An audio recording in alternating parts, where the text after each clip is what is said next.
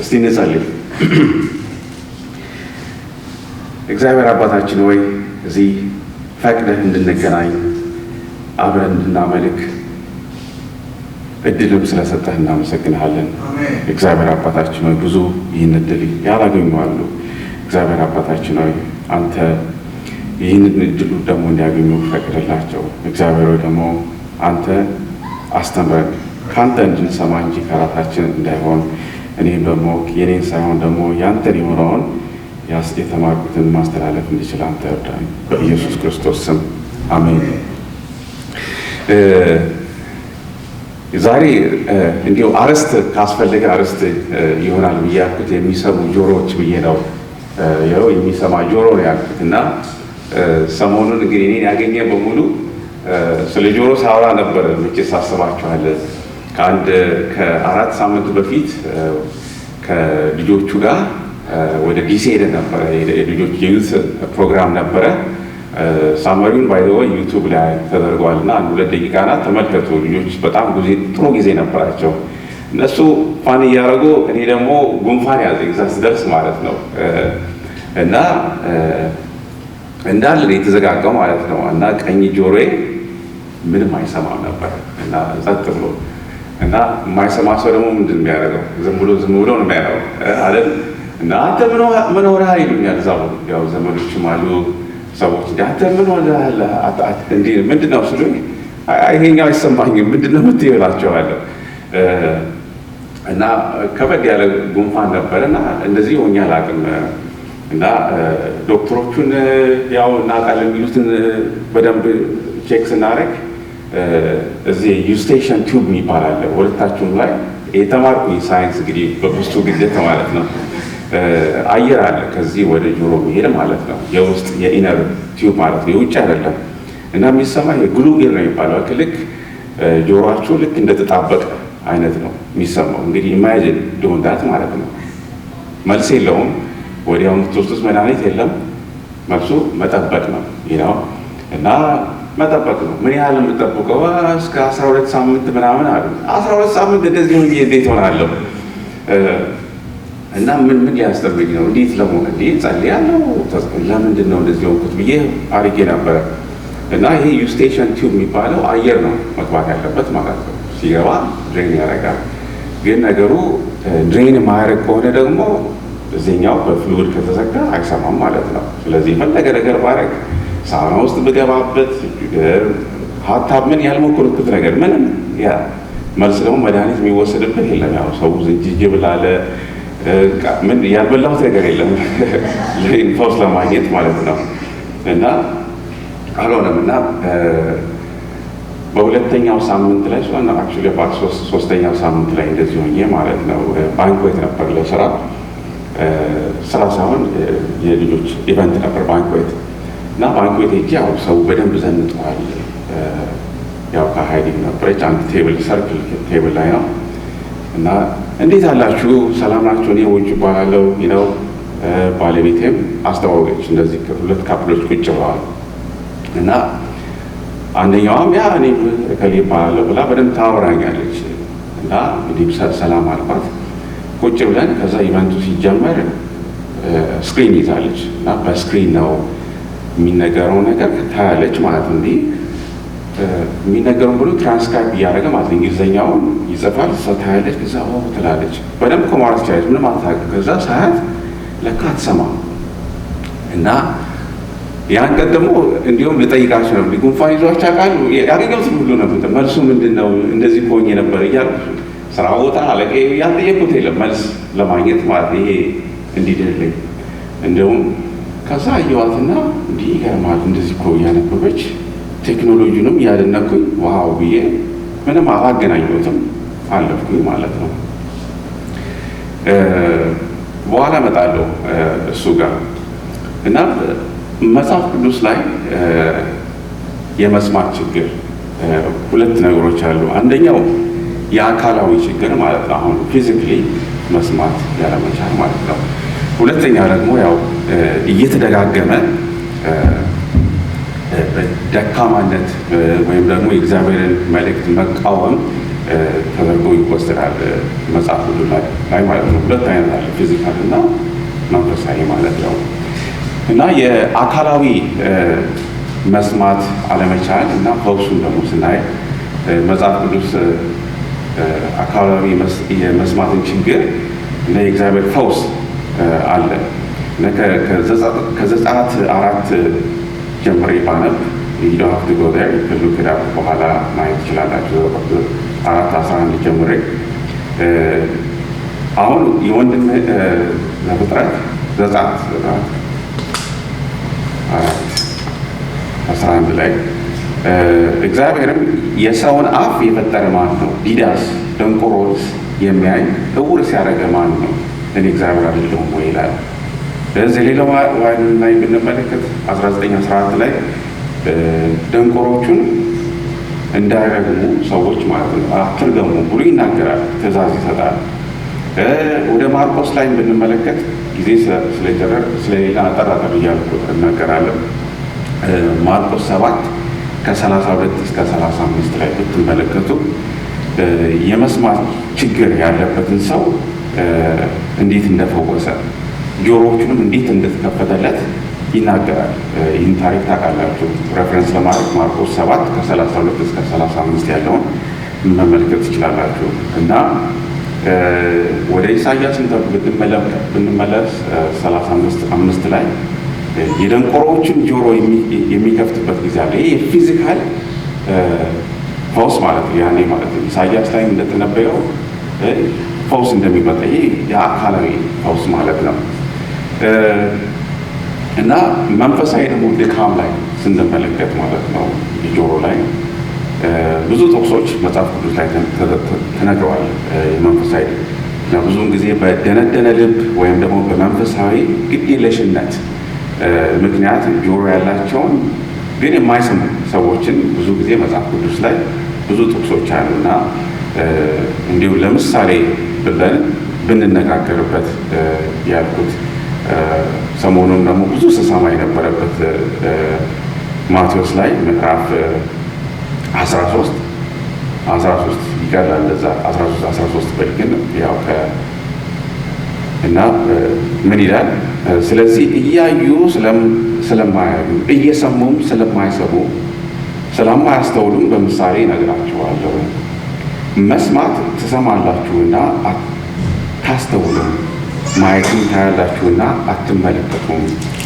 በዓይናቸው እንዲያዩ በጆሮአቸውም እንዳይሰሙ በልባቸው እንዳያስተውሉ ተመልሰውም እንዳልፈውሳቸው የዚህ ሕዝብ ልብ ደንድኗልና ጆሮአቸውንም ደንቁሯል፣ ዓይናቸውንም ጨፍነዋል የሚል የኢሳያስ ትንቢት በእነርሱ ይፈጸማል። ቅድም የኢሳያስ የጠቀስኩት ማለት ነው። እና መንፈሳዊ ድካም ነው። የልብ ጆሮ እየደነዘዘ የሚሄድ እንደገና ደግሞ መስማት ያለመቻል እግዚአብሔርን ቃል ቢሆን ንግግርም ቢሆን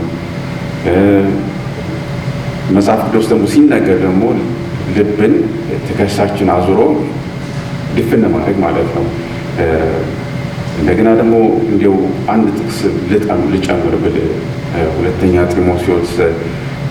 ጢሞቴዎስ ምዕራፍ 4 ላይ ሄጄ ብንመለከት ሁለተኛ ጢሞቴዎስ ምዕራፍ 4 ጀምሮ ካይ ምን ይላል? ቃሉን ስበክ፣ በጊዜውም አለጊዜውም ጽና፣ ፈጽመህ እየታገስክና እያስተማርክ ዝለፍ፣ ገስጽ፣ ምከርም። ሕይወት የሚገኝበትን ትምህርት የማይታገሱበት ዘመን ይመጣልና፣ ነገር ግን ጆሮአቸውን የሚያሳክክ ስለሆነ እንደ ገዛ ምኞታቸው ለራሳቸው አስተማሪዎች ያከማቻሉ። ቁጥር 4 ላይ ደግሞ ብንመለከት እውነትንም ከመስማት ጆሮአቸውን ይመልሳሉ፣ ወደ ተረትም ፈቀቅ ይላሉ። ስለዚህ ትክክለኛው ካልትለው ፊክሽን ማለት ነው፣ ወደ ተረት ይሄዳሉ ማለት ነው። መጽሐፍ ቅዱስም እንደዚህ እየሰሙ እንደዚህ የሚሄደዋሉ ማለት ነው። ብዙ ጊዜ የተናገረው መጽሐፍ ቅዱስ ላይ የሚሰማ ጆሮ ያለው ይስማ የሚል ብዙ የተደጋገመ ቃል አለ። የሚሰማ ጆሮ ያለው ይስማ ይላል። እንደዚህ መጽሐፍ ቅዱስን የሚያጠኑ ሰዎች ይሄን ቃል አጥንተውት ማለት ነው። በመጽሐፍ ቅዱስ ውስጥ 21 ጊዜ ነው እንደዚህ የተባለው። 21 ጊዜ ውስጥ የሚሰማ ጆሮ ያለው ይስማ እና በወንጌል ውስጥ ማለት ነው ማርቆስ ሉቃስ 4 ላይ 8 ጊዜ፣ በራእይ ውስጥ ደግሞ 8 ጊዜ፣ በብሉይ ኪዳን ውስጥ ደግሞ 5 ጊዜ የሚሰማ ጆሮ ያለው ይስማ የሚል ቃል አለ ተደጋግሞ ማለት ነው። እና መስማት ምንችልም ነው ማንሰማ ከሆነ ስለዚህ ላንረዳ ነው ማለት ነው። እግዚአብሔር እንድንሰማው የሚፈልገውን መስማት እንድንችል መንፈሳዊ ጆሮአችንን እንዲከፈት ሁላችንም መትጋት አለብን፣ መጸለይ አለብን እና ስለ እግዚአብሔር ደግሞ የሚናገረውን መረዳትና እውነቱን ማወቅ እንችላለን ስንሰማ ማለት ነው። እና ቅድም ስጀምር ያልኳችሁ ባንኩዌት ላይ ስበላ አብረን እየተነጋገርን እኔ ቁጭ ብዬ ቴክኖሎጂውን ነበር አድማየር ሳረግ የነበረው ነው እንዴ ቴክኖሎጂው ሰው የሚናገረውን በእንግሊዝኛ እየጻፈ እሷ እንደዚህ የሚገርም እኮ ነው። በኋላ ነው የገባኝ። ግን 3 ቀን ቆይቼ ነው በኋላ ነው የገባኝ። እንግዲህ የጆሮዬን ነገር ሳይ እንግዲህ አንተ ቁጭ ብለህ ነበር ከዚህ ጋር አንተ እንኳን አንድ ጆሮ ይሰማል፣ እሷ ሁለቱም አትሰማም። ለምን አታመሰግንም የሚል 3 ቀን ማለት ቁጭዬ ማለት ነው። እና እንዴት አልመጣልኝ? ወዲያው ነበር ይቅርታ መጠየቅ የነበረብኝ። ግን ለአንዱም እንኳን ለሚሰማው ለተሰጠን ማለት ብዙ ጊዜ የሌለንን እያየን ኮምፕሌን እናደርጋለን። ደስ ሚቱ ነው። ግን ይህን የተሰጠን ኢንጆይ አድርገ እና ስታርት ነው እንዲህ ለአንዱም ነው እግዚአብሔር ይመስገን እያልኩ መቀጠል ጀመርኩ ማለት ነው። ግን ቶክ 3 days ነው እግዚአብሔር የተናገረው ማለት ነው። ግን ይህ መልካም ነው እግዚአብሔር ይመስገን እየቆየ ይህን ዩስቴሽን ቲዩብ እየተከፈተ መጣ። መስማት ይችላል። ግን ያቺ ትምህርት ሆነች ማለት ነው ያን ጊዜ እና ይሄ የሌለው አለ ማለት ነው። ከዛ ደግሞ መንፈሳዊ ጋር ማለት ነው ምን ያህል ነው ነው ላልሰማ ቁጭ ብዬ ማለት ነው መጽሐፍ ቅዱስን ማለት ነው እንዴት ነው ስንት ነገር ተዘግቶብኝ ነበር ማለት ነው። እና 2 ነገር ተምሬ ወጣሁ ማለት ያን ቀን እና እግዚአብሔር ብዙ ጊዜ ይናገራል እና ቁጭ ብዬ 3 ቀን ፈጀብኝ ይሄ እንዲገባኝ ማለት ነው። ይህን ሴት እና ባለቤቷን ቁጭ ካጠገቤ አንድ ላይ እንድንቀመጥ መሆኑ ምስስ ላይ ነው እግዚአብሔር ይናገራል ብዙ ጊዜ ብንሰማ ማለት ነው።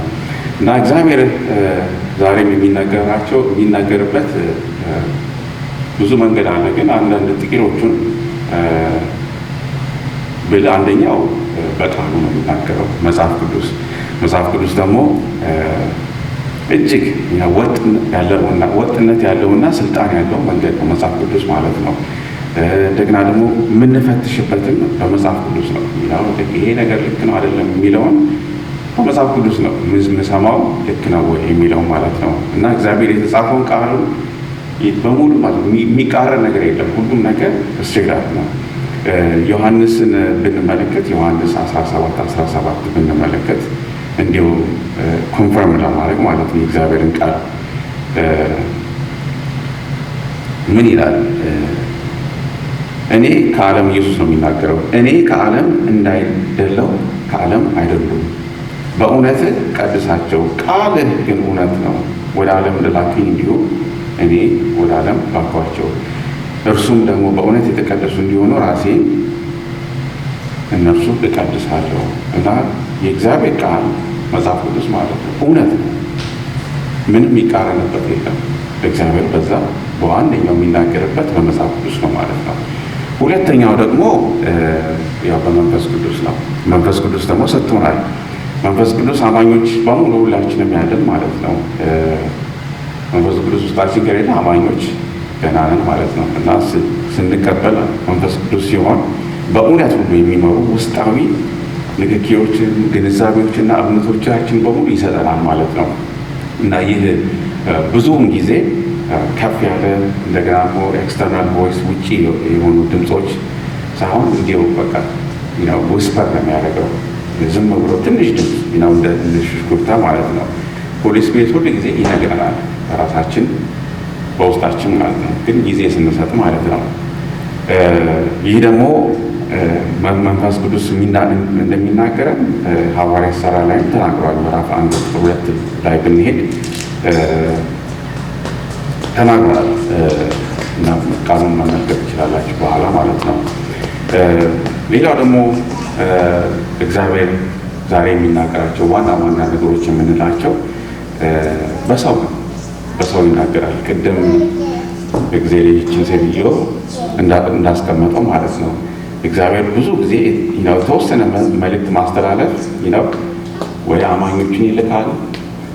ፓስተሮችም ይሆናሉ ወይም ደግሞ ጓደኞች ሊሆኑ ይችላሉ፣ ወንድሞች፣ እህቶች፣ ተራ ውይይቶች የሚመስሉንም ነገሮች አሉ። ግን እግዚአብሔር ጥበብ በተሞላበት ምክር ሰውን ተጠቅሞ ይናገራል ማለት ነው። ሌላ ደግሞ በነገሮችም ይነግረናል እግዚአብሔር። አንዳንድ የተከፈተ በር አለ ወይም ደግሞ የተዘጋ በር ስናይ ወይም ደግሞ የህይወት ክስተቶች ደግሞ አሉ። ይሄ ነገር ልክ ነው አይደለም እና የፈቃዱ ማረጋገጫ በሱ ሁሉ ማየት እንችላለን ማለት ነው። እና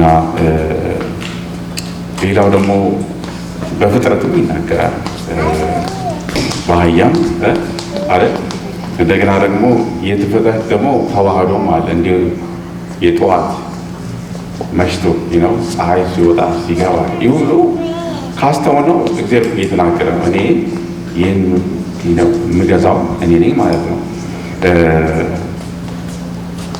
እንዲሁ ነገሮቹ ራሱ ማለት የእግዚአብሔር ኃይል ባህሪ የምናይበት ማለት ነው። ይህን ሁሉ ስናይ ፍጥረት ራሱ ለሱ ነው የልባችን ምታት ራሱ ማለት ነው። ብዙ ሳይንቲፊክ ነገር ብናይ ማለት ነው የኦክሲጅን ራሱ ኮምቢኔሽን ማለት ነው። የሆነ ነገር ኦፍ ብትሆን የለንም እንጠፋለን። እና በዚህ ሁሉ ይናገራል። ግን ጊዜ ሰጥተን አስተውለን እና ብዙ የሚናገርበት መንገድ አለና ሃይላይቱን እነሱ ናቸው እግዚአብሔር የሚናገርበት ለኛ ማለት ነው። እንዲሁ እንዴት ነው የእሱንስ ድምፅ መስማት የምንችለው? እሺ እግዚአብሔር ይናገራል በመጽሐፍ ቅዱስም በመንፈስ ቅዱስም በሰውም በነገሮችም ሁሉ እንደገና ደግሞ በፍጥረትም ሁሉ ይናገራል። ግን እንዴት ነው መስማት የምንችለው? እያየንም እንኳን አንዴ አንሰማም።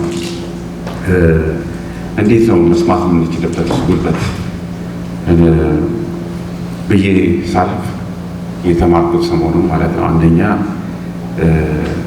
የመረጋጋት ስሜትን ብናዳብር ማለት ነው። ወይም ደግሞ በቃ ስቲልነስ ያለምንም አጀንዳ እንዲሁ 10-15 ደቂቃ ጸጥታ ጊዜን በመተኮር ያልቸኮለ ማለት ነው። በደንብ ፎከስ አድርገን ከእግዚአብሔር ጋር ጊዜያችንን ቃሉን በማንበብ ቢሆን ሁሉ ጊዜ ብናሳልፍ እንዲሁ ዓለምን ዘግተን የእሱን መስማት እንችላለን ማለት ነው። ይገርማቸዋል ስለ ስቲልነስ ማለት የመረጋጋትን ስሜት 10-15 ደቂቃ አልኩኝ እንጂ ማይክሮሶፍት ሄድኮርተርስ ኤኮ ቻምበርን በቃ አንድ ኤኮ ቻምበር ማለት ኤኮ የሚያደርግን ነገር በሙሉ የሚያጠፋ ቻምበር አለ የሆነ ክፍል ውስጥ ማለት ነው። እንግዲህ ድምፅ እንግዲህ ሰው ሲናገር አሁን እናንተ የምትሰሙ አሁን የምናገረው ከሆነ ባውንስ አድርጎ ነው የገባው ማለት ነው እዚህ እና ይህን ግን ኤኮ የሚያደርገውን ነገር በሙሉ የሚይዝ ማለት ነው የሆነ ክፍል ሰርተው ማለት ነው። እና ማክሲመም አንድ ሰው ሊቆይ የቻለው 45 ወይ 55 ደቂቃ ከዛ በኋላ ስታር ሃሉሲኔቲንግ ወይም ደግሞ የልባቸው የደም ሁሉ ሲዞር መስማት ይጀምራሉ። በጣም ጸጥ ስላለ ማለት ነው። እንግዲህ ኢማጂን ስፔንድ እንዲህ 10 ደቂቃ ከእግዚአብሔር ጋር ብቻ ቃሉን ይዘን በመጸለይ ብንሰማ ምንድን ነው የሚናገረን? ብዙ ጊዜ አንዳንድ ጊዜ ጠዋት እነሳን የኔ ኤክስፔሪንስ ማለት ነው እንደዚህ ላነብ ጀምርና ወይ የሚቲንግ አጀንዳ ይመጣብኛል አሁን ላይ ወይ ደግሞ ይሄን ማድረግ አለብኝ የሚል ነገር ሁሉ ጊዜ የተመላለሰበት ዲስትራክት ያደርገኛል ማለት ነው። የእግዚአብሔር ድምፅ እንዳልሰማ ማለት ነው። በኋላ ከዛ አንብቤው ጨረስኩኝ፣ ግን አእምሮዬ ሌላ ነገር እያለ ነው። ከዛ ይሄ ማለት እንደገና ደግሞ ጀምራለሁ። ሁሉ ጊዜ ዲስትራክሽን አለ አእምሮ ውስጥ የሚገባ ነገር እንዳንሰማ ማለት ነው። እኔ ብቻ ላይ ገዛ ወይስ አንዳንድ ብቻቸው እንደዚህ ይሆናል? እና እንዴት ነው? ከዛ እንደገና ደግሞ መልሼ አነባለሁ እና ይሄን ኳይትነስ እንደምንም ብለን ለመለማመድ ብንሞክር ጊዜ ይናገራል። ደግሞ ያው እንዳንሰማነው ብዙ ጊዜ የሚመጣል እንደምንም አድርገን ያን ኳይት እናደርግ። ሁለተኛው ደግሞ ያው እንዲሁ እንዴት ነው የእግዚአብሔርን ድምፅ መስማት የምንችለው? አንደኛ ያው የመረጋጋት ስሜት ማዳበር ማለት ነው። ሁለተኛ ደግሞ በመጽሐፍ ቅዱስ ራሳችንን ኢመርስ ማድረግ ማለት ነው። የመጽሐፍ ቅዱስ ንባብ ይህ ባህሪያችንን ያሳያል ሁል ጊዜ ማለት ነው። ስለዚህ ምንድን ነው ክርስቶስ መጽሐፍ ቅዱስ እግዚአብሔር እየተናገረኝ ያለው? ሌላ ደግሞ ወዲያውኑ ደግሞ የመታዘዝ መንፈስ ማለት ነው። እና አንዳንድ ጊዜ በትንሽ ወይም ደግሞ በትልቅም ቢሆን ዘግይተን የምንታዘዝ ከሆነ ማለት ነው። በእንግሊዝኛ ዲሌይድ ኦቢዲየንስ ዲስኦቢዲየንስ ይላሉ። እና ዘግይተን ሰምተነዋል ቃሉን ግን አክሽን ማድረግ ካቃተን ወዲያው ይሄ ዲስኦቢዲየንስ ራሱ ነው ማለት ነው። እና ወዲያውኑ ተግባር ማድረግ ማለት ነው። እግዚአብሔር ሰውን ይህን ሰው ይቅር በል ከተባለ ወዲያውኑ ማድረግ ዶንት ዲሌይት ወዲያውኑ ማለት ነው። ይህን ሰው እርዳ ከሆነ ወዲያውኑ ነው። ይሄ ጋር ደውል ከሆነ ወዲያውኑ። ይህ እንደዚህ አይነት ድምፅ ሲመጣ አንዳንድ ጊዜ በኳይትነስ ሊሆን ይችላል ሲመጣ ለስቱ ትራረወይ። ሌላው ደግሞ በቅርብም ያኪም ሲያወራ ነበር እና ጆርናል ማድረግ እና ሀሳብን ስንጽፍ ምንድን ነው የተማርኩት ብለን አንዳንድ ጊዜ ስንጽፍ አክስ ብናደርግ ከሆነ ያን ጊዜ መስማት ትችላለን። ክርስቶስ እግዚአብሔር ብዙ ነገር ለኛ ያደረገልን ነገር አለ እና በጸሎታችን ጊዜ ቢሆን በቃ ሪኮርድ ብናደርግ ያኔ ድም ይመጣልናል። ጽፌው ነበር የተጻፈ ነገር አይረሳም ይባላል እና it helps ነው የሌላውን ቢሆን ለማስተላለፍ የምንችለው ጽፌው ነበር እኮ አያችሁ ዊትነስ ለማድረግ ማለት ነው ይጠቅመናል ማለት። ስለዚህ ጆርናል ማድረግ ጥሩ። አንዳንድ ሰው ጆርናል ያደርጋል፣ አንዳንዱ ደግሞ አያደርግም። ግን ይህ ኖት ስናደርግ ማለት ነው እንዲሁ ጠዋት እንኳን ተነስተን ይህን አደርጋለሁ ብለን ኖት እናደርግ የለ እስተ ሴም ታይም ማለት ነው። እና ፕራክቲስ ማድረግ በራሳችን ማለት ነው ምን ለውጥ እንደሚመጣ ታያላችሁ። ሌላ ደግሞ እንግዲህ የእሱን ድምፅ መስማት የምንችልበት ስንጠይቅ ነው። ማቴዎስ 7:7 ላይ ምንድን ጠይቁ ነው አይደል የሚለው? እንዲሁ ዝም ብለን ይህን ያስፈልገኛል ላምን ሳይሆን መጠየቅ ከሱ ለመስማት የወደፊቱን የማያልፈውን እያሰብን ማለት ነው። በረከትን አይደለም የምንጠይቀው። እግዚአብሔርን እንዴት ነው ምንድን ነው የምትለው በእነዚህ ነገር ላይ እና የመገናኛ ችሎቱን ማለት ነው መልስ በትዕግስት መጠበቅ። ምን እያልክኝ ነው? እንደዚህ ብዙ ጊዜ በቀን ውስጥ ስንኖርም የሚመጣ ነገሮች አሉ። ለምን ይሄ ሆነ ነው ሰውን ከመጠየቅ ለምን ይሄን የሆነ ስንል መልስ እናገኛለን። እና እግዚአብሔር ይናገራል። እየጠየቅን ራሱ ስናነብ ሁሉ ጊዜ መልስ አለ።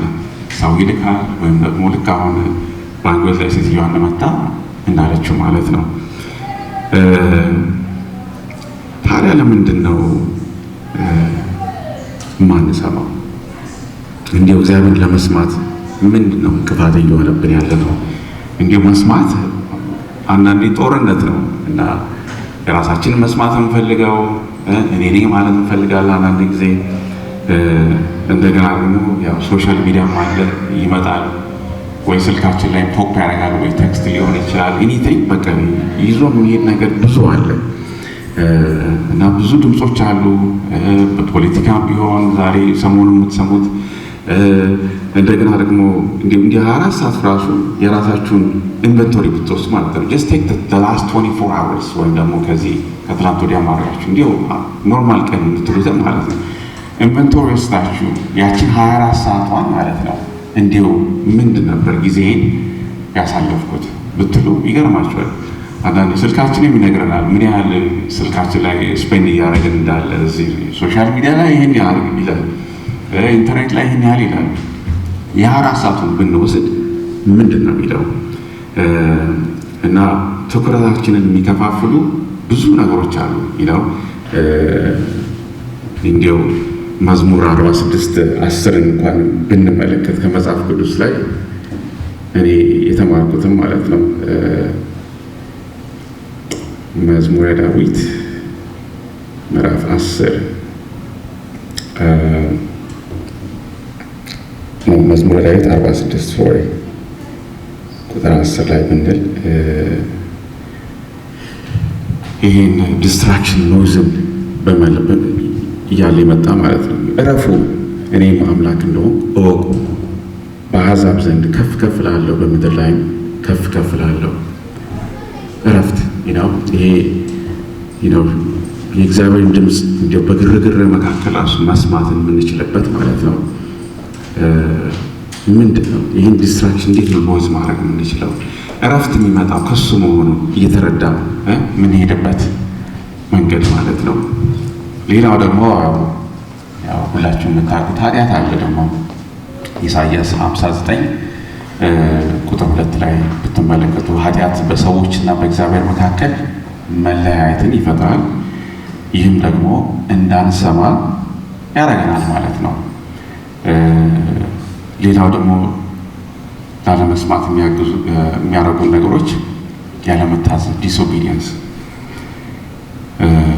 አንድ ሰው እንግዲህ እግዚአብሔርን ሕግ ችላ ቢል አልታዘዝም ቢል ጸሎት እንኳን አስጸያፊ እንደሆነ ይናገራል። ምሳሌ 29 ላይ ብንመለከት ምሳሌ እንዲዎችን አንብባት።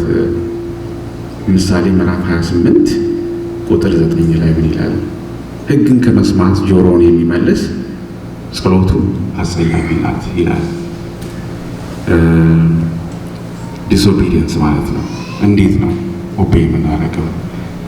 ወዲያው ጸሎታችን አስጸያፊ እንዳይሆን የእግዚአብሔርን ሕግ ችላ እንዳንል ማለት ነው። እግዚአብሔር ይርዳን። ሌላው ደግሞ ያው የደነደነ ልብ ማለት ነው። ያው ልባችን ሃርድን ሃርት ማለት ነው። ኢየሱስ ተናግሯል። ማርቆስ ምዕራፍ 8 ቁጥር 18 ላይ ፍርሃት ወይም እምነት ማጣት ስለ ድርጊቶቹ ግንዛቤ ያደናቅፋል። አለመስማማትን በተመለከተ ልባችን ለምንድን ነው የሚደነድነው? እኛ አማኞች የሆነን ልባችን ክፍት ነው መሆን ያለበት እና መስማትም ማለት ነው። እንዲሁ ብዙ ዲስትራክት የሚያደርግን ነገር ይኖራል፣ ግን አርፈን በእሱ እየተመለከተን ግድ የለም እሱን መፍል እያደረግን ለእሱ እንዲሁም ደፍ ነው መሆን ያለብን እና ለክርስቶስ እየሰማን የምንንቀሳቀስበት ማለት ነው። እንዲሁ የእግዚአብሔርን ድምፅ መለየት መቻል ራሱ በጣም አንዳንድ ቀላል ይመስልናል፣ ግን ከባድ ነው። ብዙ ድምፆች አሉ። የትኛው ድምፅ ነው ትክክል የምንለው? እና እንዲሁ የሚሰማ ጆሮ እንዲሰጠን ማለት ነው። ትክክለኛውን ድምፅ የማይሆነው ነገር ደግሞ የማይሰማ ሰው መሆን ያለብን እና የእግዚአብሔርን ድምፅ ለመለየት ማለት ነው። ይህ ብዙ ኖይዝ አለ የሚመጣው። አንድ ሀሳብ ከእግዚአብሔር የመጣ መሆኑን ለማወቅ መጽሐፍ ቅዱስን ነው የምንመለከተው። መፈተን አለብን። ወጥ ነው? ኮንሲስተንሲ አለው ወይ? ከመጽሐፍ ቅዱስ ባህሪ ጋር ቃላት ጋር ይጣጣማል ወይ? የምንሰማው አንዳንድ ጊዜ እንመጣለን፣ ይሄ ከእግዚአብሔር ነው ወይንስ ከሰው ነው ወይንስ ከኔ ነው ከልብ ነው የሚለው ማለት ነው። ከእግዚአብሔር ከሆነ ኮንሲስተንት ሜሴጅ ነው የሚኖረው። ከመጽሐፍ ቅዱስ ባህሪ ጋር የተጣጣመ ቃል ነው የሚኖረው ማለት ነው የምንሰማው። ይህ ምልክት ነው። ሁለተኛ ደግሞ የምንሰማው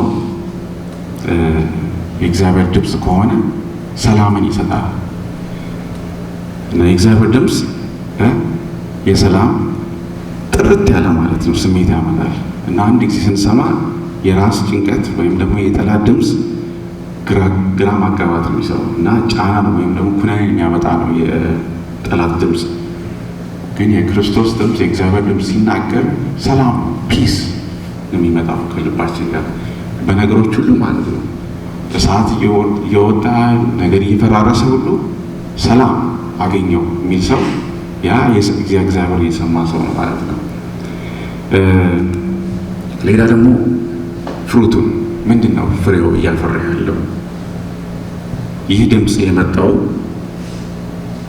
ፍቅርን የሚያመጣ ነው፣ ደስታን የሚያመጣ ነው፣ ደግነትን የሚያመጣ ነው። ፍሬዎቹ ምንድን ነው? ብለን መመርመር አለብን። ገላትያ ላይ ባለፈው ነግተን ነበረ፣ ምዕራፍ 5 ላይ እንደሚለው ማለት ነው። የገላትያ ሰዎች የተናገሩትን አነበዋለሁ ከመጽሐፍ ቅዱስ ላይ ከቁጥር 5 ላይ የመንፈስ ቅዱስ ፍሬው የምንሰማው ማለት ነው ፍቅር ነው። የመንፈስ ፍሬ ግን ፍቅር፣ ደስታ፣ ሰላም፣ ትዕግስት፣ ቸርነት፣ በጎነት፣ እምነት፣ የዋሃት፣ ራስን መግዛት ነው እና ይህን የሚከለክል ሕግ የለም። እና የምንሰማው ድምፅ የእግዚአብሔር ከሆነ ዲሰርን የምናደርግበት በምንድን ነው? ምንድን ነው ፍሬው የሚያመጣው? ይህ አክሽን የምሰማው ነገር ትክክል ነው ወይ የሚለውን በዛ ነው የምናደርገው። ሌላው ደግሞ የእግዚአብሔር ደግሞ ድምፅ መለየት የምንችልበት በካራክተሩ ነው። ገጸ ባህሪ ድምፁ አፍቃሪ ነው፣ ታጋሽ ነው፣ እንደ አባት ወይንስ አክብሮ የጎደለው ድምፅ ነው የምንሰማው። እንግዲህ እግዚአብሔር ፍቅር ነው። ፍቅር የሌለበት ከሆነ አይደለም ማለት ነው። ይሄ ደግሞ እንዲያው ካንፈርም እንዲያደርግላችሁ ይሄ ከራሴ ሳይሆን ከመጽሐፍ ቅዱስ የመጣ ነው። አንደኛ ዮሐንስ ምዕራፍ 4 ላይ ከ8 ሆነ ብናነበው ፍቅር የሌለው እግዚአብሔርን አያውቅም ይላል።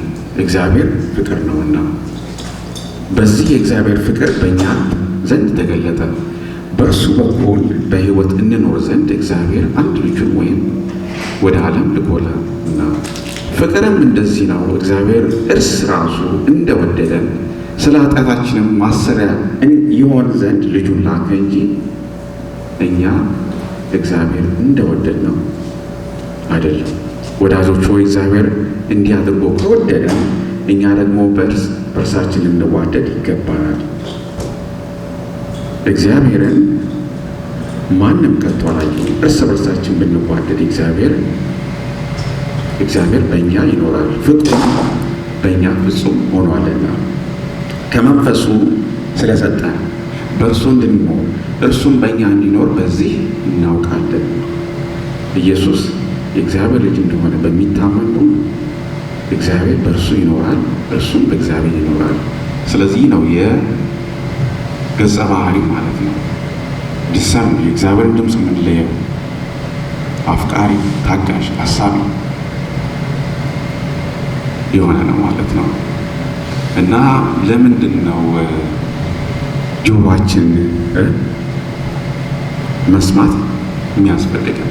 እኛ ክርስቲያን የሆንን በሙሉ በድል የምንኖር በቪክቶሪየስ የምንኖር ሰዎች ነን።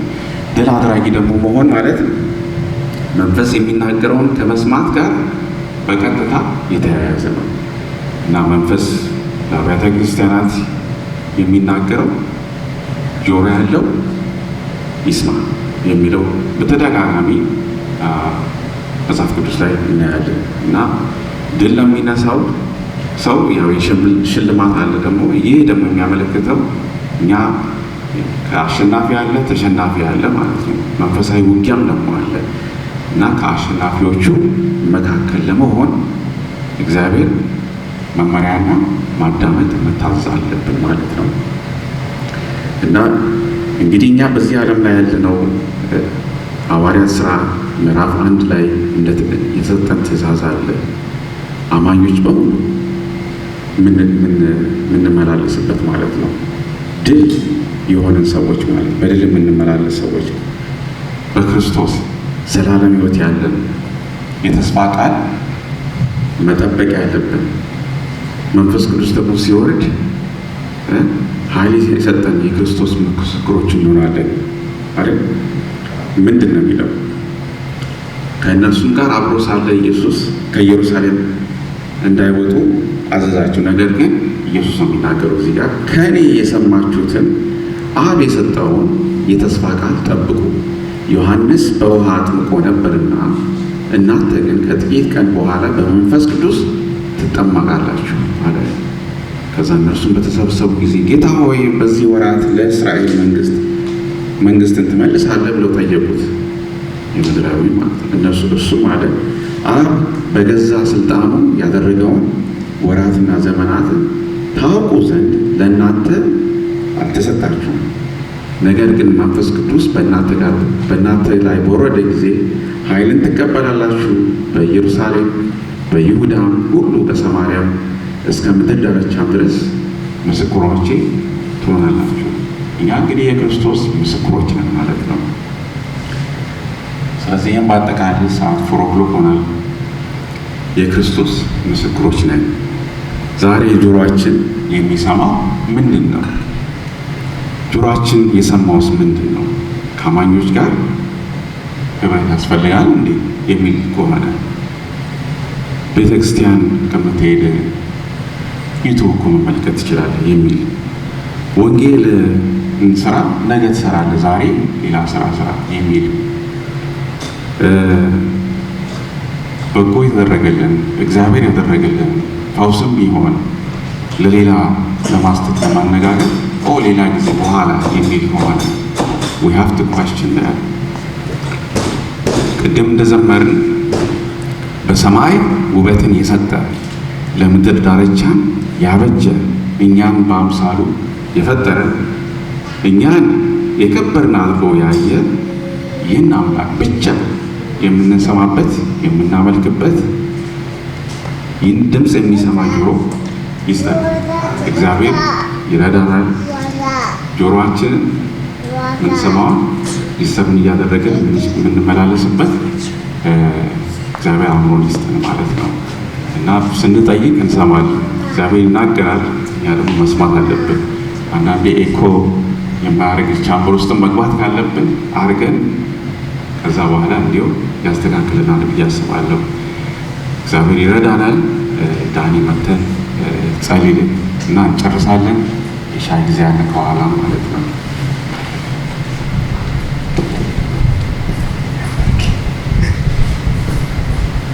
እግዚአብሔር ስሙ ይባረክ። አላልኳችሁም? እግዚአብሔር ሌላ እድል ሲሰጥ ጉዳይ ስላለው ዝም ብሎ አይደለም።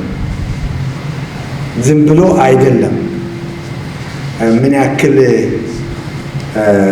ትልቅ ነገር እንደሰማችሁ እኔ ማለት እያንዳንዳችን እግዚአብሔር መንፈስ እንደረዳን ሰምተናል። አሁን ትልቁ ሜሴጅ ያለው ምንድን ነው? እናንተ ምስክሮች ናችሁ። ምስክሮች ናችሁ፣ ምክንያቱም ለመመስከር ትችላላችሁ። ምስክሮች ናችሁ ነው። ግን ያልሰማ ሰው፣ ያላወቀ ሰው፣ ያልተመራ ሰው ምን ይመሰክራል? ከባስተኋላ ያለው ምንድን ነው? እናንተ ሰራተኞች ናቸው፣ የምትተጉበት አላችሁ ነው።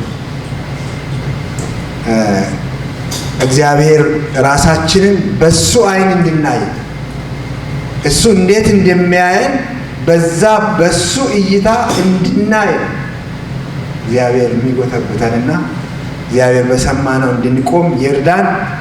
ጆሮአችን እንደተባለው ያ እውነተኛው የሚሰማ ጆሮ ልብ እሱ ገረገር ይሁን። የደነደነውን ቢኖር እግዚአብሔር ይሰብረዋል። ቅድም እንደተባለው ነው። ኢዮብ 33:14 ላይ የሚል ነው። እግዚአብሔር በአንድም በሌላም ይናገራል። እሱ ይናገራል፣ ሁል ጊዜ እንደተናገረ ነው። ዛሬም ደግሞ በምስክር ፊት ተናግሯል። እግዚአብሔር ደግሞ ይረዳናል። እንጸልይ እስቲ እያየን እንጸልይ። መቼም እየሰማን ዝም ብለን አንሰማም። የት ነኝ ያለው